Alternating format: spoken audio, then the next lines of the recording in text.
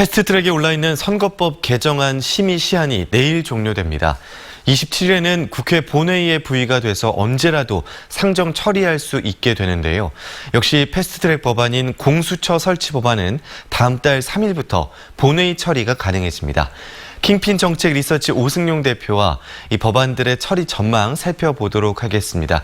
대표님 안녕하십니까? 네, 안녕하십니까? 네, 지난주에 자유한국당을 제외한 여야 4당이 이 선거법 개정안의 수정안을 만들기로 합의를 했죠. 한국당을 빼고 이 선거법 개정안을 처리하겠다는 건가요? 원칙적으로는 지금 국회의장 주재하에 패스트트랙 법안 처리를 위한 정치협상회의가 가동되고 있습니다. 당연히 한국당도 참여가 보장되어 있고요. 다만 참여를 안 하고 있을 뿐인데요. 민주당과 야3당의 입장은 투트랙인 것 같습니다. 우선 야3당과의 선합의를 도출해서 자유한국당의 참여를 압박하고 만약 끝까지 자유한국당이 참여하지 않을 경우 표결 처리하겠다는 게 첫 번째 입장인 것 같고요. 또 두 번째, 가능성이 낮긴 합니다만 야3당과의 합의 처리를 통해서 그것이 여의치 않을 경우 민주당이 자유한국당과의 협상을 시도할 아주 낮은 가능성도 있지만 그것은 좀 실현 가능성은 좀 희박한 것 같습니다. 그렇군요. 그런데 여야 4당끼리도요, 의원 정수나 비례대표 의석 등 이런 세부적인 내용에서는 좀 차이가 있던데요. 처리가 될까요? 우선 최초의 연동형 비례대표제 도입 당시 의원 정수 10% 이내에서 의원 정수 확대를 검토한다라는 여야 합의가 있었습니다. 네. 그렇지만 그 즉시 자유한국당에서 번복하면서 무산됐다고 할 수 있습니다. 정의당을 비롯해서 몇몇 의원들이 의원 정수 확대에 대한 의견이 있었지만 국민 정서상 확대는 불가능한 것 같고요. 결국 비례대표 현행 75석 안으로 되어 있는데요. 그 안을 조정하는 것이 야3당과 민주당 간의 협상안으로 부각하고 있습니다.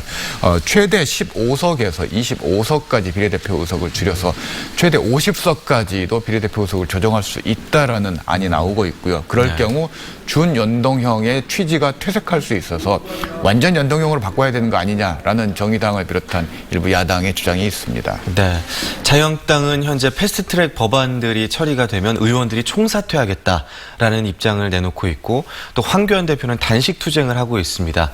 그렇게 된다면 이 패스트트랙 법안 때문에 국회가 또다시 이 파행을 겪지 않을지 우려하는 분들이 많습니다. 이미 황교안 대표의 단식이 파행의 전조라고 할 수 있을 것 같은데요.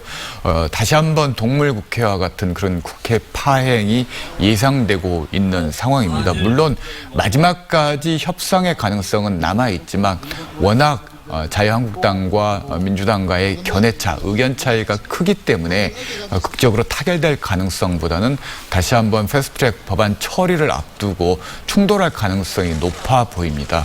국민들의 시선이 따가울 수밖에 없을 것 같습니다. 네, 이 개정안의 상정 시점은 그러면 언제쯤으로 보고 계십니까?